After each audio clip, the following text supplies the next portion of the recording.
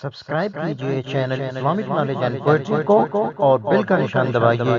بسم اللہ الرحمن الرحیم عن سهل بن سعد رضی اللہ عنہ قال قال رسول اللہ صلی اللہ علیہ وسلم لو كانت الدنيا تعدل عند الله جناح بعوضة ما سقى كافرا منها شربة ماء۔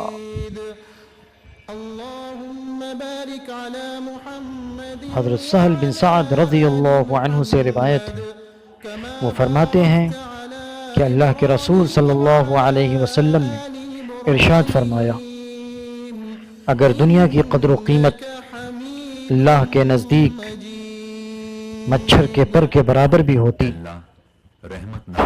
تو اللہ پاک کسی کافر کو دنیا سے ایک گھونٹ پانی نہ پلاتے۔ جیسا کہ تو نے رحمت نازل فرمائی ابراہیم علیہ السلام پر۔